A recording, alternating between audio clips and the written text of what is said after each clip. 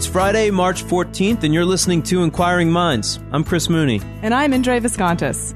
Each week, we bring you a new in-depth exploration of the space where science, politics, and society collide. We endeavor to find out what's true, what's left to discover, and wwhy it all matters. You can find us online at climatedesk.org, and you can follow us on Twitter at Inquiring Show and on Facebook at /Inquiring Minds Podcast.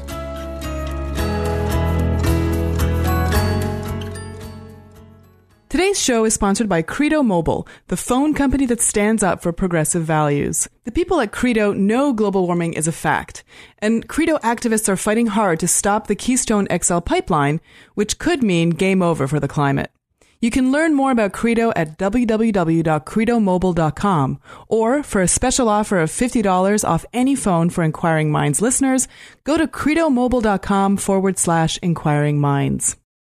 So something truly historic happened this week with respect to the public communication and popularization of science. And that is that 34 years after the original Cosmos series aired on PBS, Fox and National Geographic released a new super deluxe updated version of the program that, in the hands of Carl Sagan, its original host, reached hundreds of millions of people.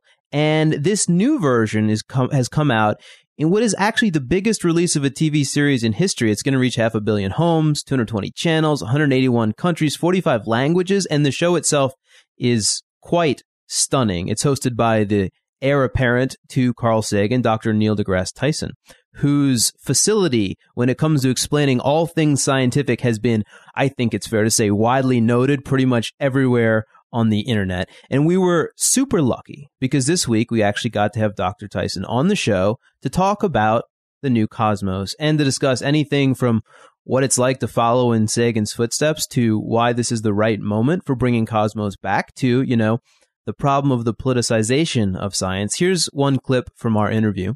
Now you speak about the politicization of science, and yes, that happens. People somehow feel they can cherry pick emergent scientific truths to resonate with their philosophies and reject those that don't. My issue here is I'm not going to debate those people or argue with them in a venue. I'm going to instead offer the public this product called Cosmos that alerts you how science works and what it means to express a scientific truth. I claim that all those who think they can cherry pick science simply don't understand how science works. Just like so many other science geeks out there, I'm super excited about this version of Cosmos. And of course, with Neil deGrasse Tyson being the host, it's just awesome. But I have to say, I am completely shocked at how far-reaching it is and just how much it's trending on Twitter, how excited people are. It feels like it's just in my world, but given what you've just said about how it's, the biggest release of a television show in history, this seems like a completely new precedent. Right. I think we're suffering from a sort of curse of low expectations. We're so not used to this kind of thing that those numbers blew me away because I'm used to science getting short shrift in the media. I'm used to the terrible statistics about how little, attention gets paid to science on cable news and about the stats about how science sections have been cut from newspapers. And suddenly this thing comes out and it's everywhere. And I'm like, whoa, I don't even know how to process it, Yeah, and even just a few years ago, I spent a lot of time pitching science-related shows to, Discovery Channel and various other networks just after I made my debut on TV as a miracle detective on the Oprah Winfrey Network. And it was such a hard sell. You really had to convince people that the average TV viewer cared about science. And clearly they were mistaken because here's this massive rollout. Well, the time might have come around for those shows again, Yeah, but believe me, I am brushing off those pitches. Well, no, so we're thrilled about Cosmos, and we're going to hear a lot of great insight from Dr. Tyson in a minute. That's our interview for this week. But first, let's talk about some other things in the news that we've noted this week. So first, Indre, what is up with the science of de-extinction? Yeah, this is another one of those phenomena that all of a sudden seems to be in every single media outlet. Carl Zimmer has a great cover piece in the National Geographic magazine, and there's been some writing about it in the New York Times. And of course, it's this idea that we can now bring back extinct species, the Jurassic Park of the current day. And it's exciting from simply because it's cool, right? I mean, we all watched Jurassic Park and we thought, well, what a great idea. Is this ever going to happen? And it turns out now the science is actually around to make it happen. And so all of a sudden, it's no longer just a, wow, wouldn't it be cool if? And now it's a question of, okay, hang on a minute. Is this an ethical thing to do? Is this something we should be doing?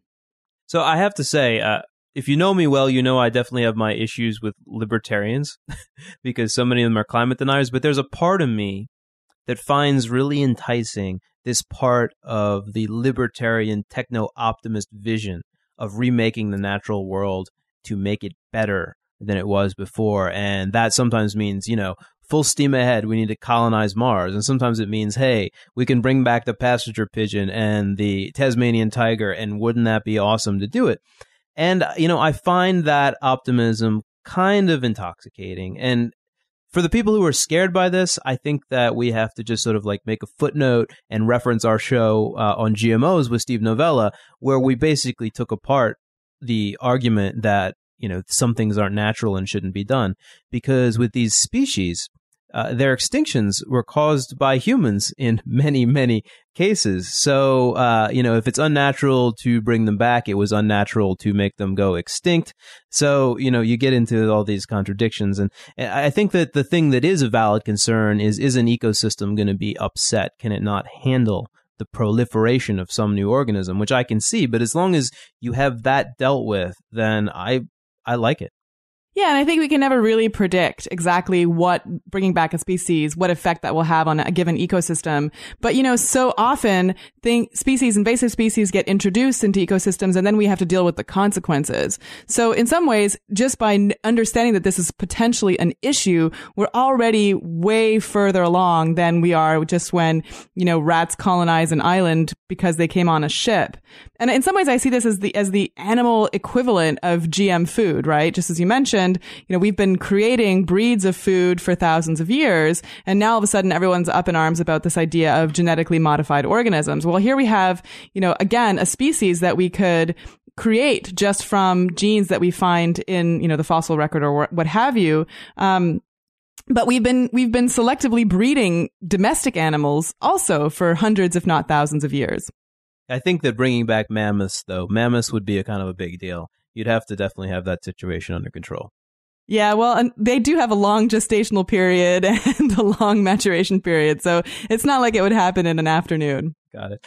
Well, yeah. So I'm interested to see this play out, and I think the question is who does it first, and what species do they do it with, and is there any regulatory apparatus? Well, what happens then? And I'm not clear on all those things, but I don't. It's one of those things you can't put back in the bag either. It's just cool to talk about and think about. Well, something I noted this week. So we always hear these concerns about climate change. It's gonna really upend the world. For instance, it might change the borders of nations as sea level rise swallows up coastlines and forces a lot of people to migrate to other places, higher ground, maybe, a country that they didn't used to live in, but they've lost a lot of ground in their home country. So something like this has been conjured, for instance, with Bangladesh and sea level rise. And so their idea is that this could spark a lot of conflict around the world, conflicts that turn on resources. And there's a case that's actually been made that the conflict in Syria might have been exacerbated by drought conditions that in turn might be tied to climate change, the kind of thing that you would expect under climate change. We don't hear as much, though, about how past changes in the climate, even before we were causing them by burning fossil fuels and changing the atmosphere, might have also had these kind of grand, historically scaled effects. But get this, there's a new paper. It is just out in the Proceedings of the National Academy of Sciences. And in here, scientists use tree rings going back, a record of tree rings going back over 1,000 years to reconstruct the climate of central Mongolia. Why Mongolia? Well, it turns out that some interesting things happen there that we all kind of know about. What they find is that the 15-year period when the climate was the wettest and the warmest was the period when Genghis Khan rose to power and made his many conquests. And this is roughly the years 1211 to 1225 CE. And the paper says, here's a quote, "We propose that these climate conditions promoted high grassland productivity and favored the formation of Mongol political and military power." So in other words, there was more growth of grasslands that supported more horses and more livestock, and that was the basis on which Genghis Khan was able to exert so much military force. So this is a story of just how much impact a change in climate can have. It can rewrite the course of history.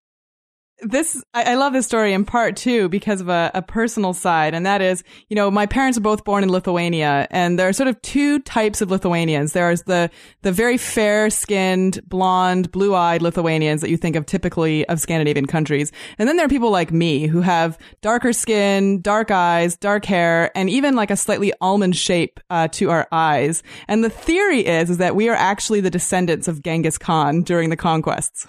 Wow. Well, no, there's a lot of genes that are ultimately influenced by this conquest, as I understand it. So absolutely, but there's a serious side to it too, which of course is that climate deniers are going to point to this and say, hey, the climate's been changing sporadically for hundreds, if not thousands of years. Why is this century any different?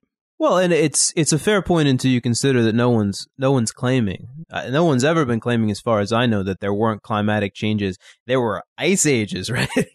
Before humans were burning all the fossil fuels that are submerged under the ground.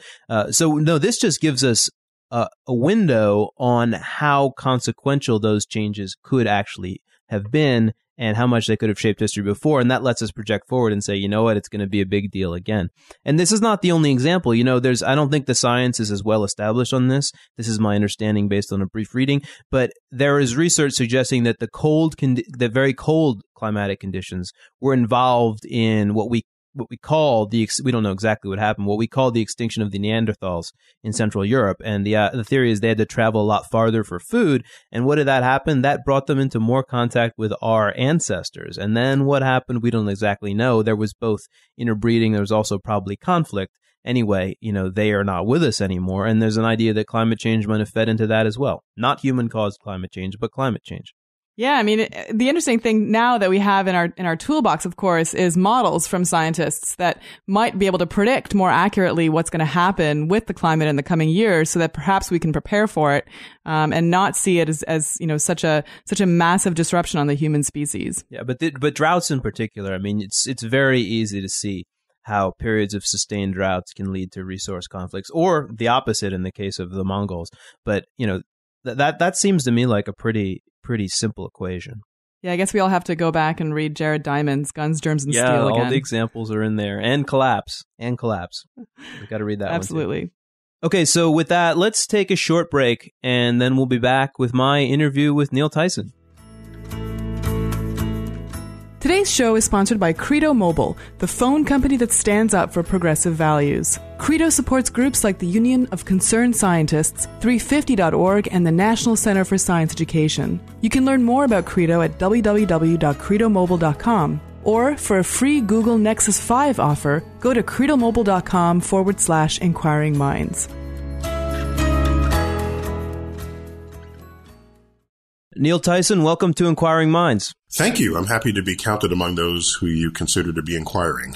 Definitely you are. I mean, the epitome of inquiring is being at the center of the biggest science television event in a very long time, a remake of the classic Cosmos. So how does it feel to stand on that Monterey cliff where Sagan stood and even echo some of his words?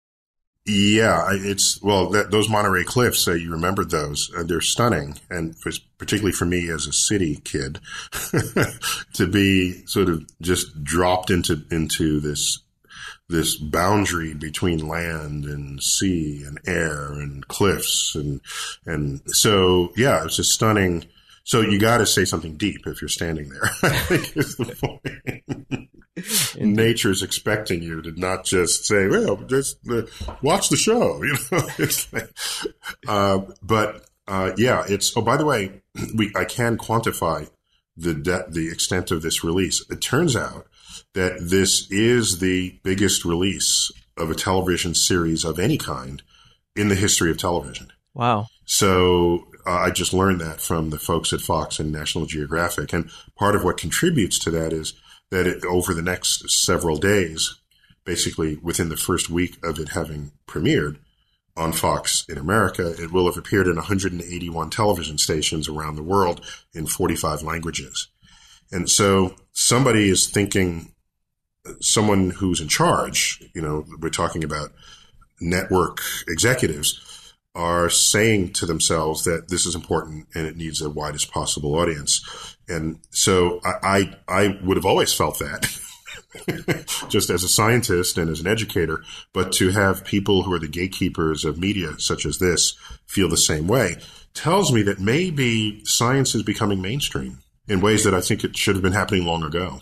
So, and the fact that, now you are before all of these people, Carl Sagan has had biographies written of him. And now I think, we need to start to do a little bit of the same for you. So I want to just ask, how do you build Neil Tyson? And I'm inspired by just a scene from the autobiography you wrote, where you're a kid on the rooftop of a 19-story building you lived in with a telescope at night, and you're looking at stars, but neighbors are calling the cops thinking you're a burglar. And you have to tell the cops, no, look, I'm looking at Jupiter. Here it is, proof. Yeah, I guess occasionally people would wonder, well, who would play you in a movie, right? And I was a kid back then, so they have to get someone, to confront the cops and who were called.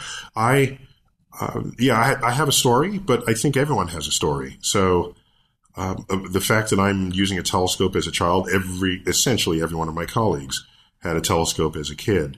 So part of what I would tell people is my story is, maybe you're interested in it only because I'm now hosting a widely viewed series, but I would claim that most of us have very interesting stories to tell ourselves. And the part of the message of Cosmos is that while I may be your host and your guide, at the end of the day, you take ownership of this knowledge and wisdom and insight. And you would not then have to reference me when you bring it to heart, when you take it to heart and glean a cosmic perspective that I and the rest of my astrophysics colleagues hold. So that's how I view it.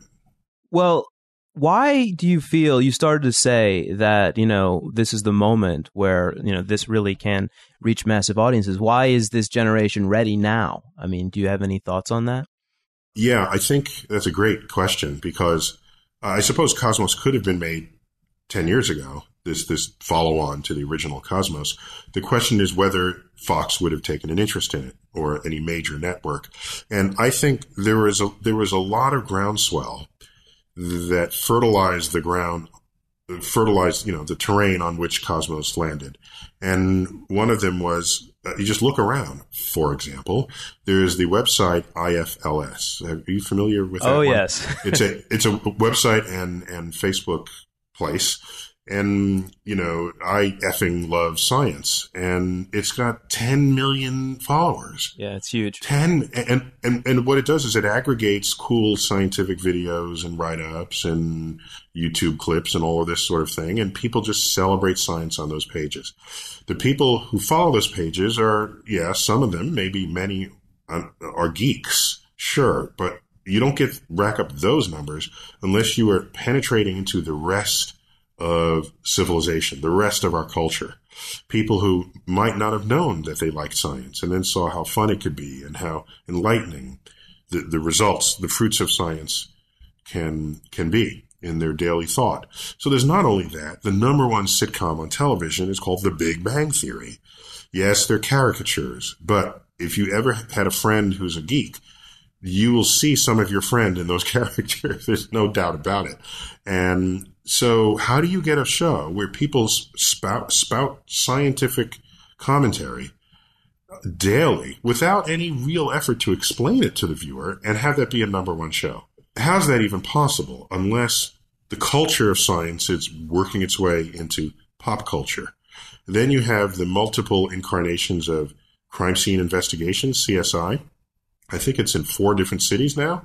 There's the CSI Vegas, Miami, New York, and I think I left one out. These are good-looking people portraying scientists who have real social issues and joys, and think of the stereotype of the scientist from the 1950s or 60s. It's the wire-haired, lab coat-donning person behind the test tube, and you don't care if they love or hate. You don't care if they have children. You don't care where they live. You don't care what their thoughts are other than to get the results to stop the disaster. And so these other shows, when you portray them as people who are good-looking and who you might want to be one day, then I count this as a mainstreaming force. And then I wake up every morning saying, how did I get 1.7 million Twitter followers? Should I remind them that I'm an astrophysicist? By critiquing gravity, that's how. Maybe I should tell them, folks, I'm an astrophysicist, all right? You know, escape now. But the numbers keep growing and growing strongly, and people apparently like knowing what I think or how I look at the world through my lens as an astrophysicist and as an educator. So all of these forces operating told me that now is the right time. And the fact that it landed on Fox and that it's distributed around the world via National Geographic and domestically, and you look at the rollout for it, I think there would have been no better time. You know, the original Cosmos did have a huge distribution, but that distribution was sort of hard-earned, right? People had to catch on to it and say, this is awesome.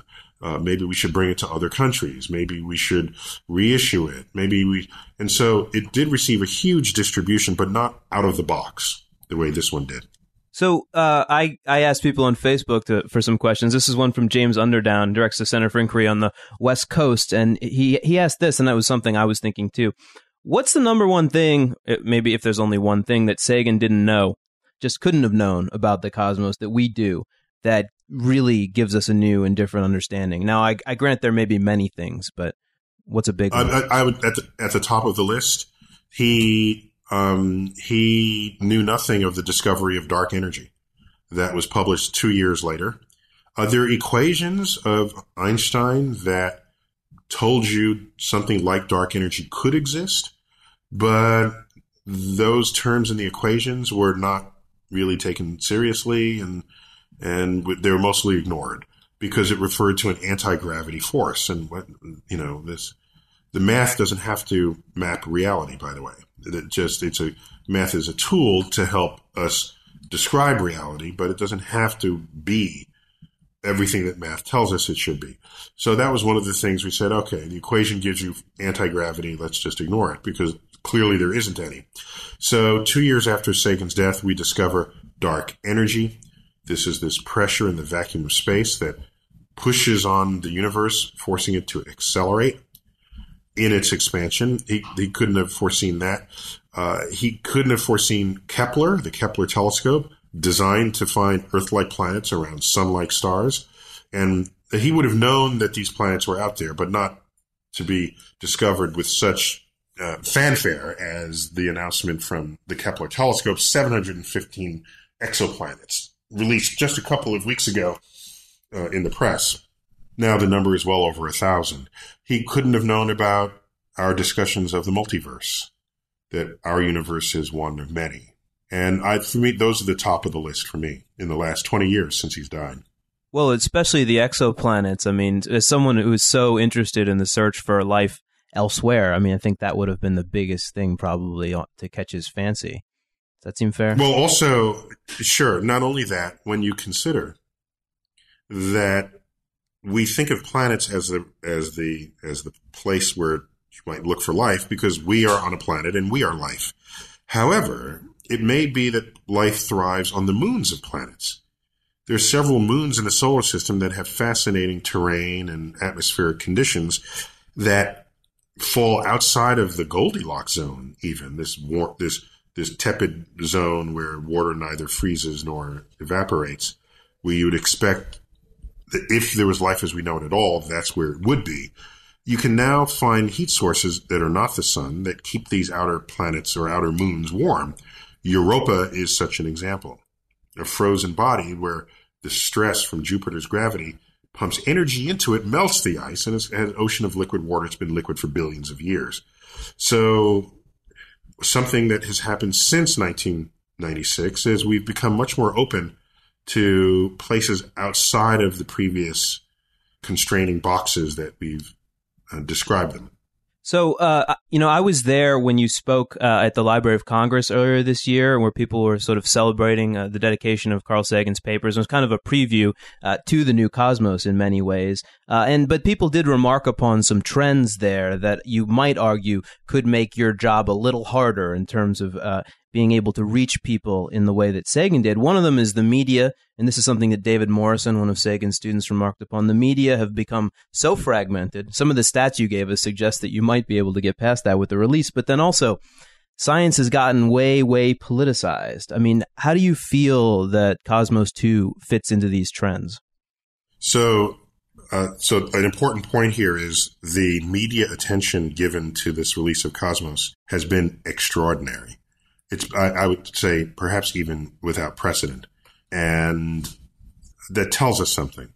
By the way, it wasn't just in the television writer column where they have to write about it anyway. I'm talking about attention given to the release of the series in outlets that normally wouldn't be writing about television. They write about culture. They write about politics. They write about all these other things. They're writing about Cosmos. And so some of what David Morrison may have described, I think in the face of what has just happened, may not be the problem that he thought it was. Now you speak about the politicization of science, and yes, that happens. People somehow feel they can cherry pick emergent scientific truths to resonate with their philosophies and reject those that don't. My issue here is I'm not going to debate those people or argue with them in a venue. I'm going to instead offer the public this product called Cosmos that alerts you how science works and what it means to express a scientific truth. I claim that all those who think they can cherry pick science simply don't understand how science works. That's what I claim.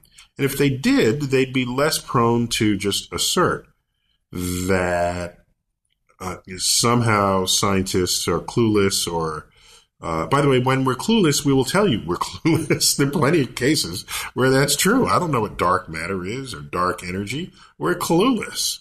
All right. I don't know how we went from inorganic molecules to self-replicating life. Yeah, I'll tell you that. But when we do know something, there are reasons why we know it. And if you don't understand that, you deny it only at your peril, especially when the result may affect the stability of our future economy or nation.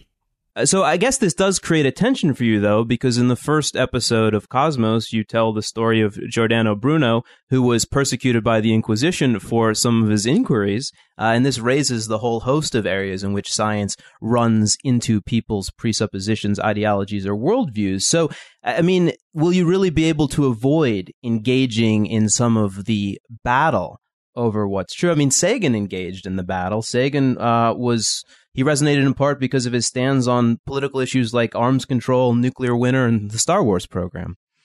Okay, so several things. So there's a lot in what you just commented. So in our first episode where we highlight the plight of Giordano Bruno, some people view that episode as being, I read just in my Twitter stream every now and then, someone says, well, that was anti-religion.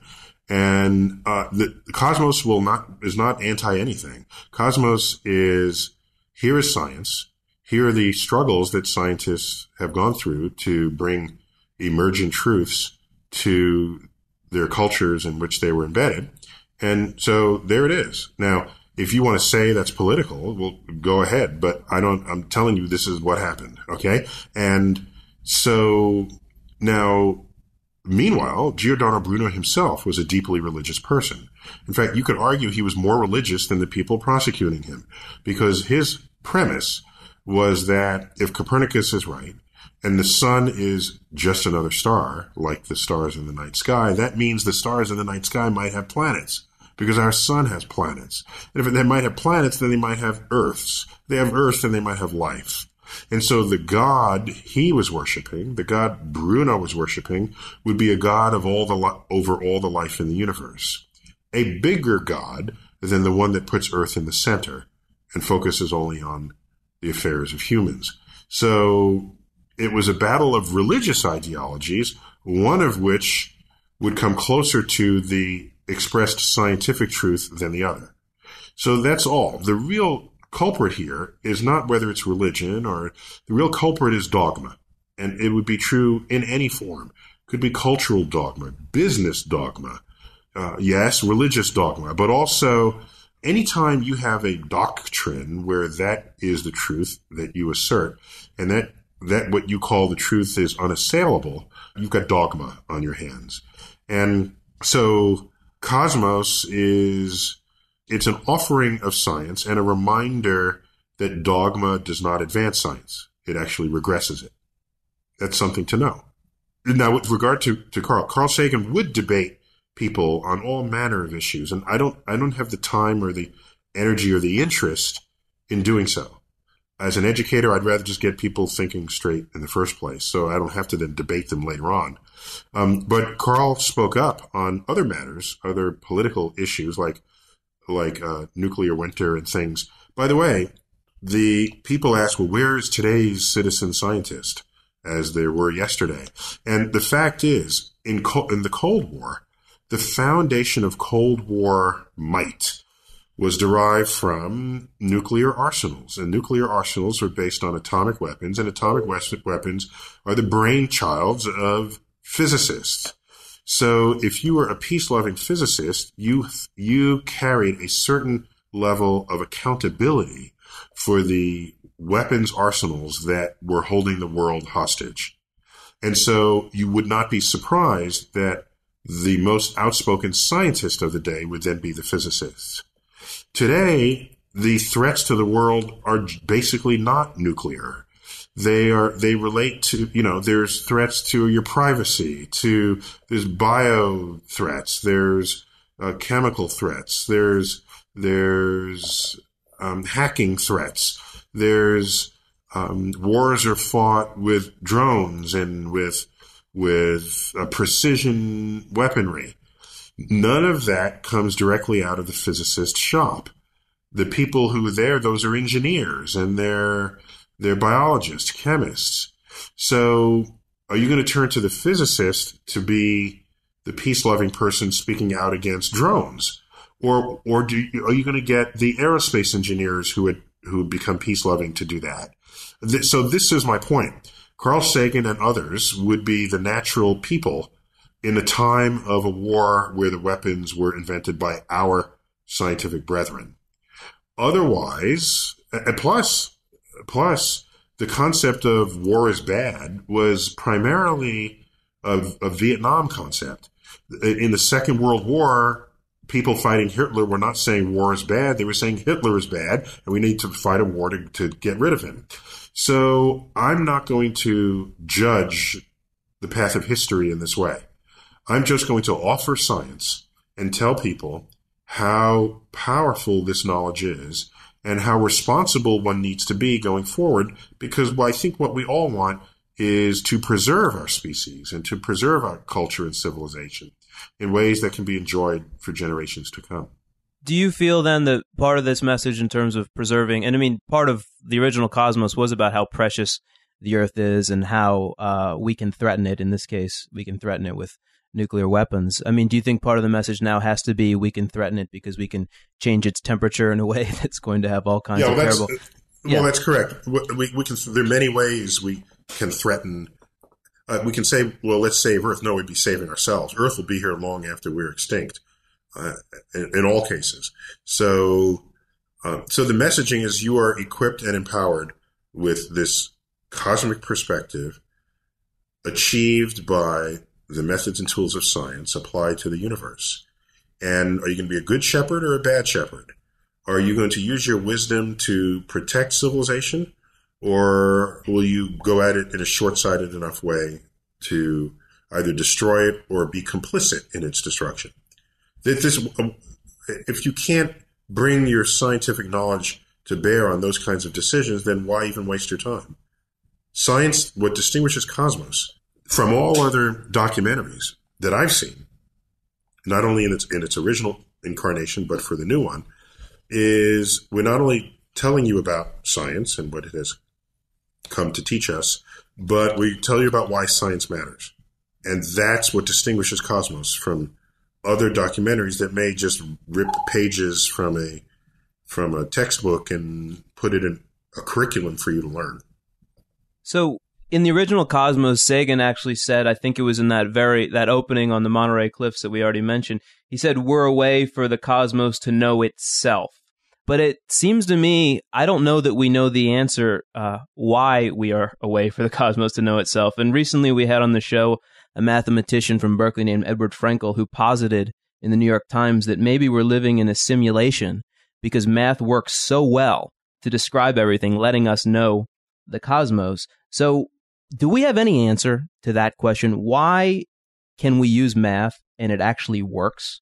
Yeah, math is a stunning invention of the human mind that captures the language of the universe. So people like to think philosophically about that, and I do too, but usually over a beer. But if I'm not drinking a beer, I say to myself, we studied the universe and we decoded the language that the universe speaks in, and that language is math. Now, if you studied carefully Chinese people, right, and you don't know any Chinese, but you have pictures of them and you watch them interact and you record the sounds that come out of their mouths and what they do, and you associate actions with sounds and gestures, you can figure out what that language is eventually. It's not overnight, but you can figure it out. And then you can say, I'm now going to go to China and talk to Chinese people because I got this. Well, that's really all we did with the universe, except it took centuries to figure out the language of the universe. And it's not only the good thing about the language of the universe is you can learn it in one place and apply it somewhere else, right? So you can learn Mandarin in Beijing and go somewhere else in China and speak Mandarin and they'll understand you there. I don't see that as fundamentally different from what we did with the universe. Now, there are branches of math that you can just invent that have no known correspondence to what's going on in the actual universe, and that's fine. In the past, there have been just such branches invented that we would later show had relevance, like non-Euclidean geometry, the geometry of space where the space is not flat, it's curved, and parallel lines meet rather than don't meet. And weird things go on compared to the rules you learned in geometry class. Well, that was discovered mathematically before it had any real application to the world. And so that's interesting too, that there can be math we invent and later on see how it fits. But otherwise, there's separate arguments, I think, for why the universe is somebody's computer simulation, someone's master's thesis in a higher dimension, or in a zoo of universes that are just somebody's experimental laboratory. Gotcha. Well, I think that just remains sort of one of the fascinating goosebumpy questions here that, of course we don't have all the answers, and I guess that's sort of one of them. Let me just ask you one more question. So you've established that the distribution of the new cosmos is massive, and you've definitely established the voice of it and what it hopes to achieve. What counts as a win? What will make it everything that you wanted it to be? The fact that it aired at all. That's the win. Really. The fact that it aired in prime time on a major network on a Sunday night when everybody's home. The fact that it's going to 181 countries and 45 languages. The fact that it's 13 of these episodes. That's the win. What happens, after this, there'll be people who will be looking at the ratings. I don't know how the ratings came out. It was up against a fresh episode of The Walking Dead, All right. And there's a lot of overlap in the communities between those two. I even had to tweet just yesterday. I tweeted Geek Dilemma. That was the title of the tweet. And I said Cosmos airs at the same time as The Walking Dead. And I said, I may be biased, but I'm going to be watching Cosmos and DVRing the zombies. That's what I said. So I don't know how many people watched it, but it's out there. And media was talking about it.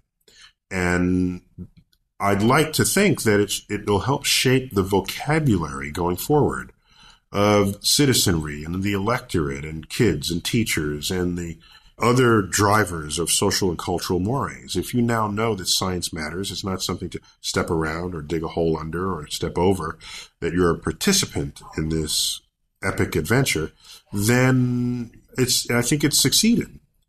And if people talking about it at the water cooler the next morning, that's even better. But I will not say, well, if it doesn't hit these numbers, it's failed. I think it's a beautiful product. And I say that even if I were not a part of it. The extraordinary investment of time and energy with Ann Druyan and Steve Soter, the writers, and the visual effects people.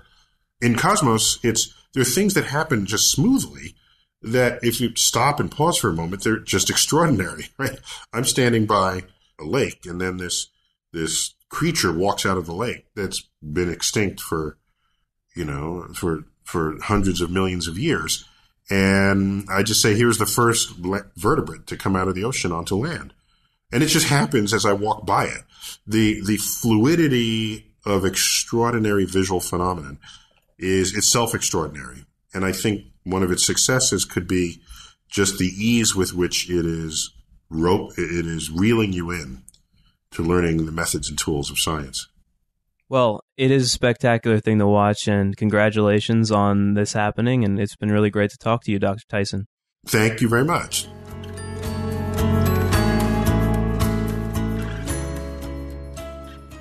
One of my favorite parts of that interview is when Dr. Tyson actually made the point that although scientists might be political, the science itself is not. And I think that's something that we forget time and time again. Yeah, I'm skeptical, though, that you can really protect it in the way that one wants to. I mean, it's wonderful to try to educate everybody and to stay away to some extent from the things that are hot button issues, but you can't stay away fully. And what we've seen is that sort of politicization kind of gets everything in its maw. And when Cosmos, the original Cosmos, Carl Sagan has plenty of stuff about evolution in there, and hearing Dr. Tyson talk, I think that we're going to be seeing that again. He made some references to evolution content. I mean, the creationists, they're gonna reject it. They're going to tweet about it and argue about it and denounce it. It's going to happen, and insofar as it's high profile, it's going to happen more. So, in some sense, you cannot fully avoid that happening to scientific content, even if you want to. Yeah, no, I mean, I'm sure that the content itself will be, questioned by, by humans, opinionated people and so forth.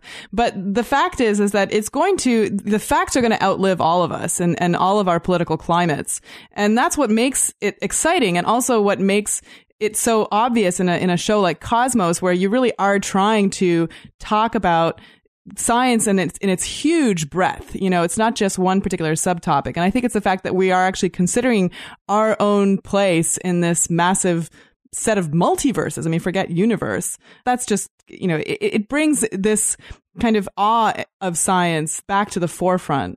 Mm-hmm. And it's true.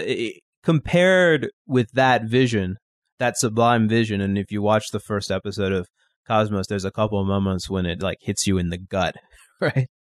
Compared with that, the fights that we have over politicization of science are petty and fleeting and actually just kind of lame. They're not going to last the test of time, but they are omnipresent.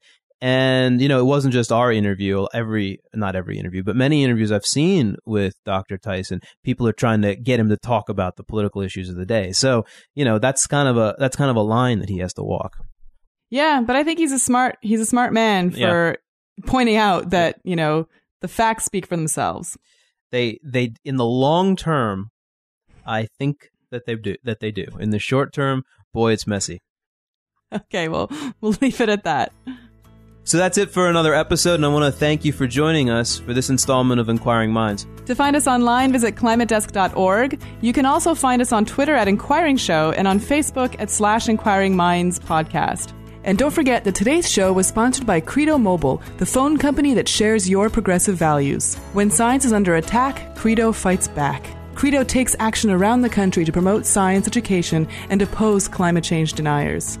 Can your phone company say that? You can learn more about Credo at www.credomobile.com. Or, for a special offer of $50 off any phone for Inquiring Minds listeners, go to credomobile.com/Inquiring Minds.